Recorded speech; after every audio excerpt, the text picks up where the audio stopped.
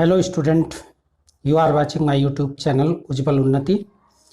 I am Anil Kumar from Prahlad Swarup Saraswati Vidya Mandir Senior Secondary School, Jagirabad, Bulandshahr.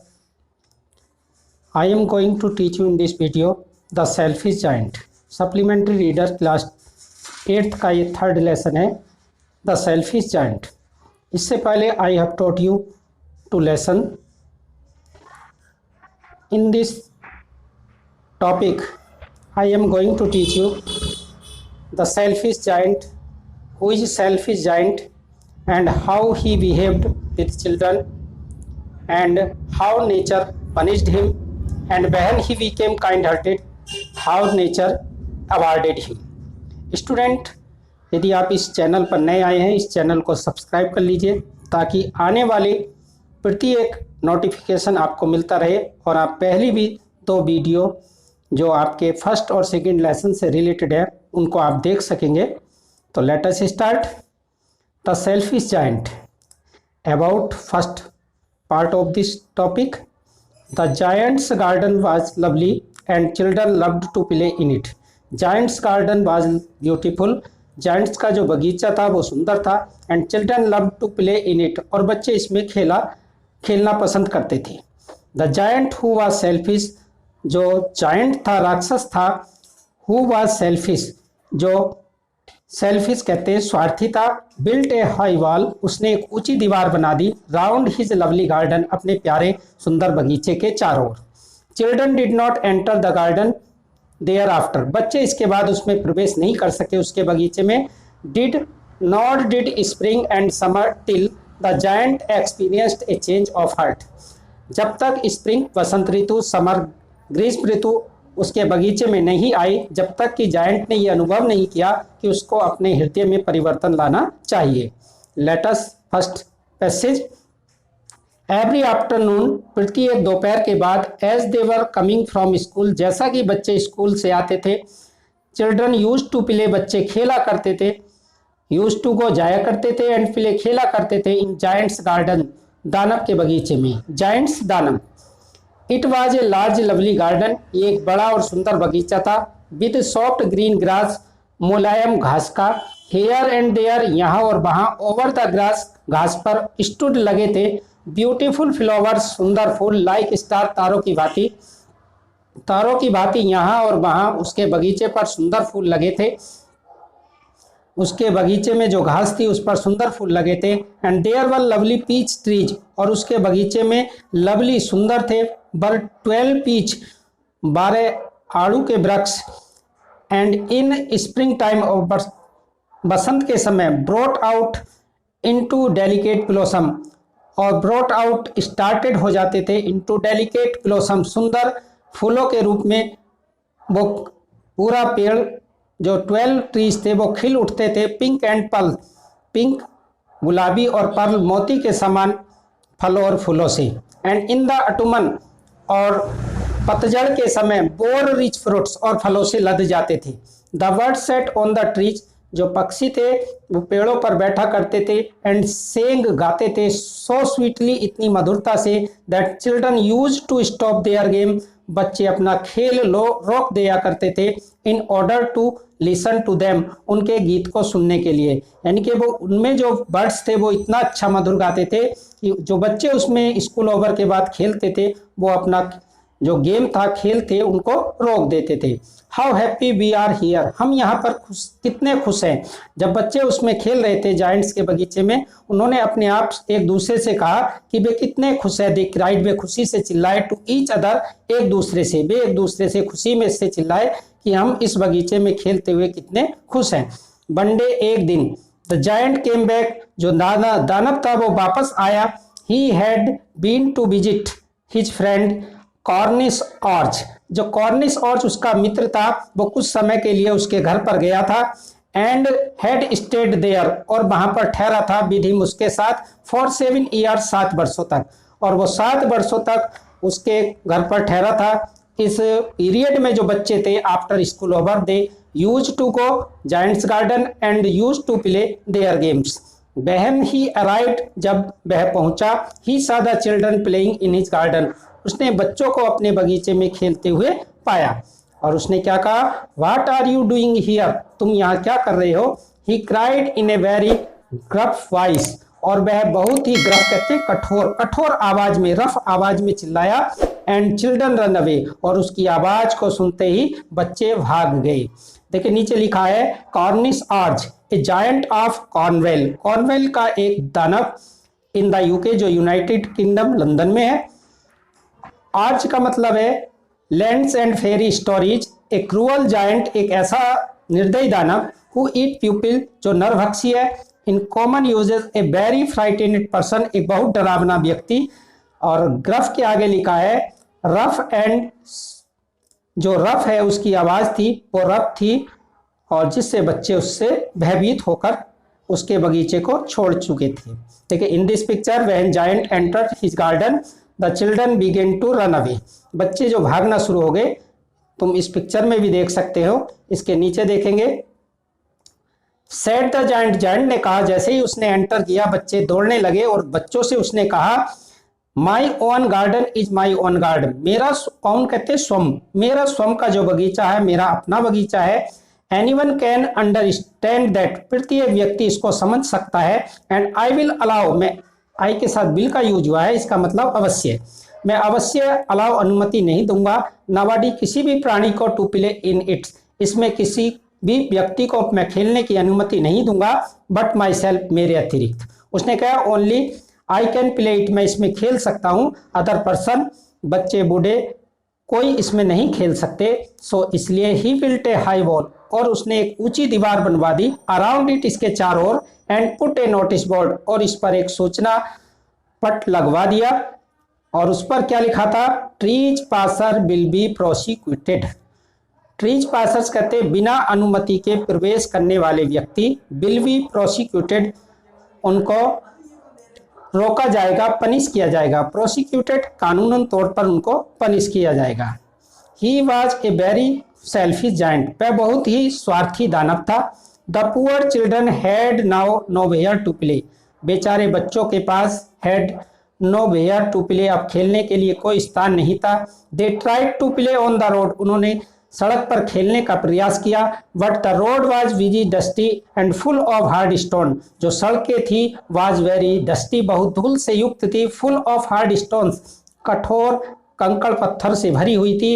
And they did not like it, और उन्होंने इसको पसंद नहीं किया, अर्थात they do not want to play on the roads because roads were dusty and full of hard stones.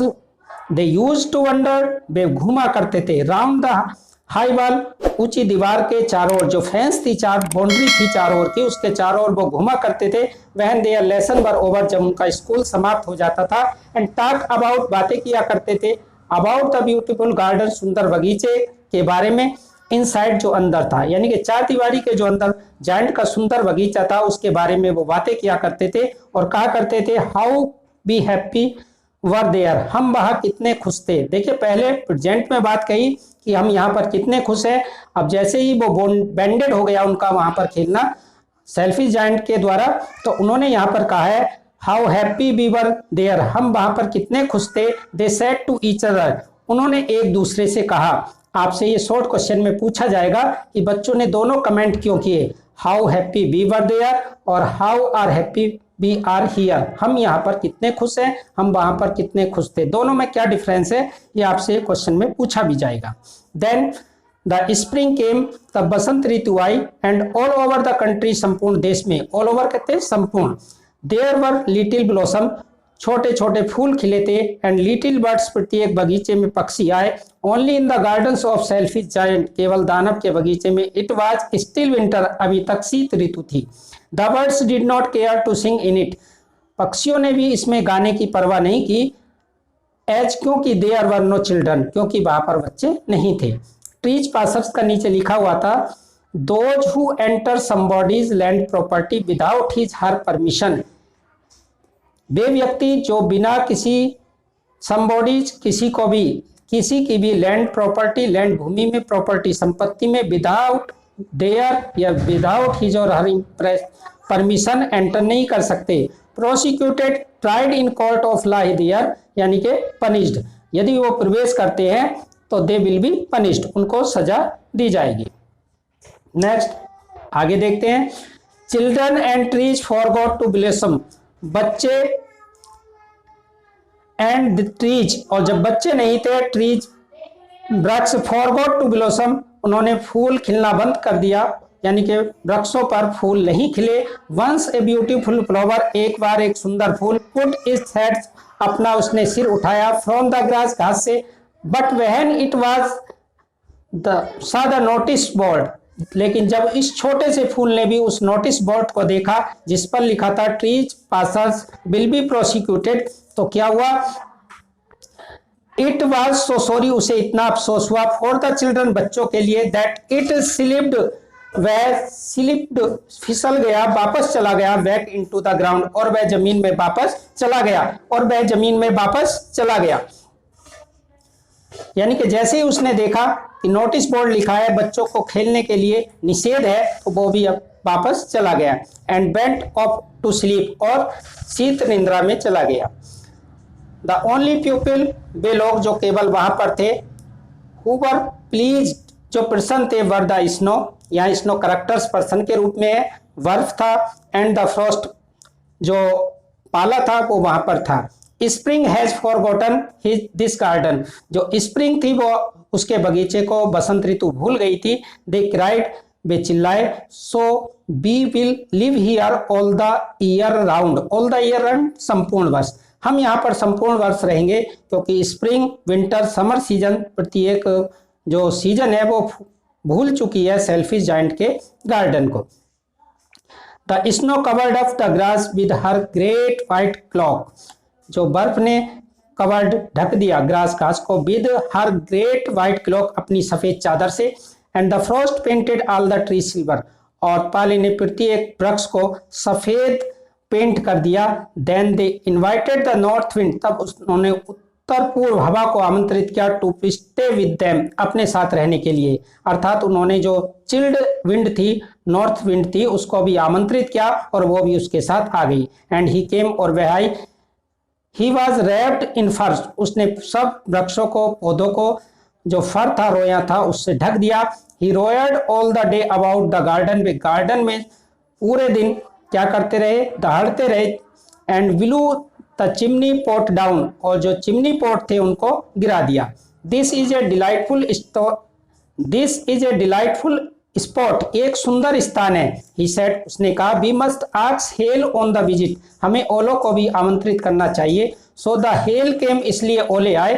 Every day for 3 hours, प्रति एक दिन 3 घंटे तक। They rattled on the roof of the castle, castle कहते हैं दुर्ग, वे दुर्ग की छत पर रेल्टेड, रुड़ के, टिल, जब तक the broke most of the slate, उन्होंने अधिकांश चादरों को जो सीमेंट की बनी थी उसको तोड़ नहीं दिया।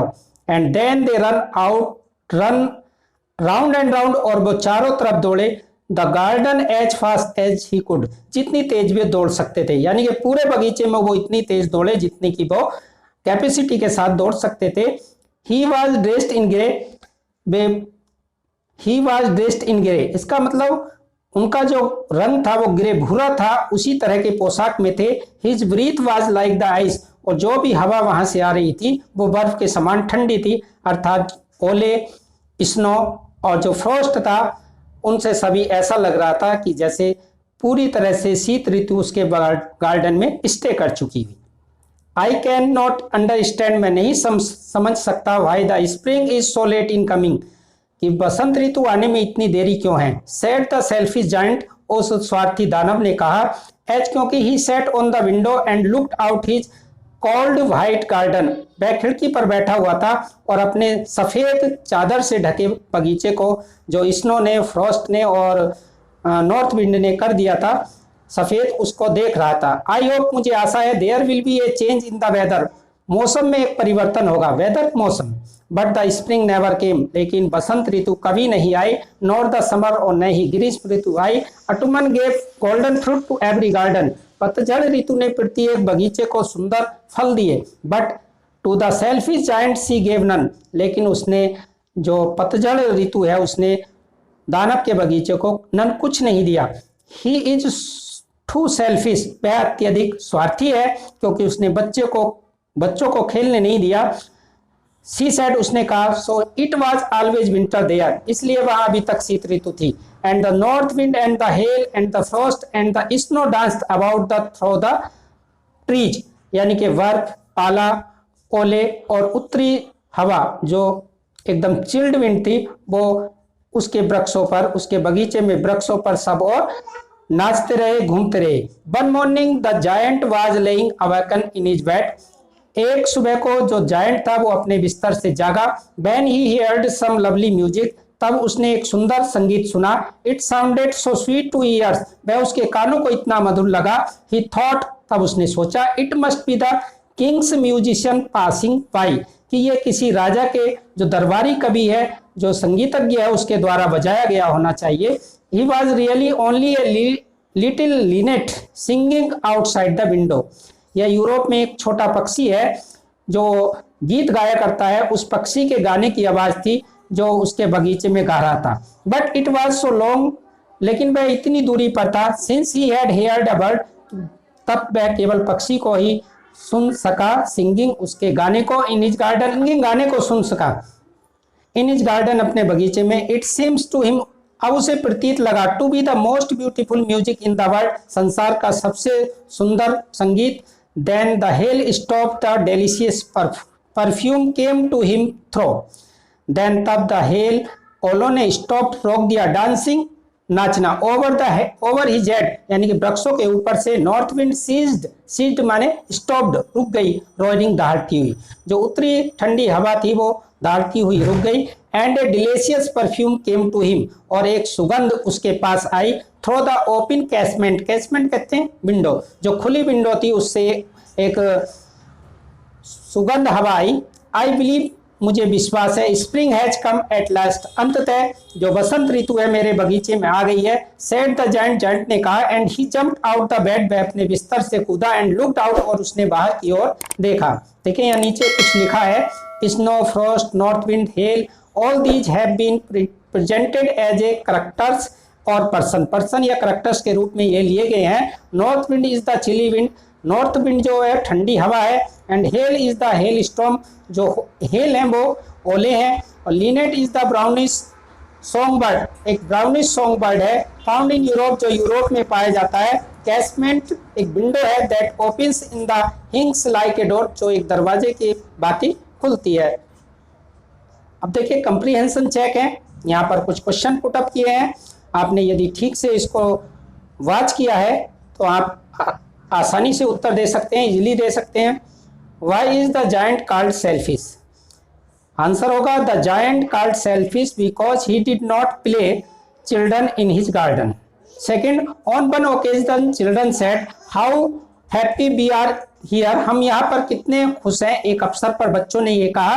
Because they were playing in giant's garden there was no foundation.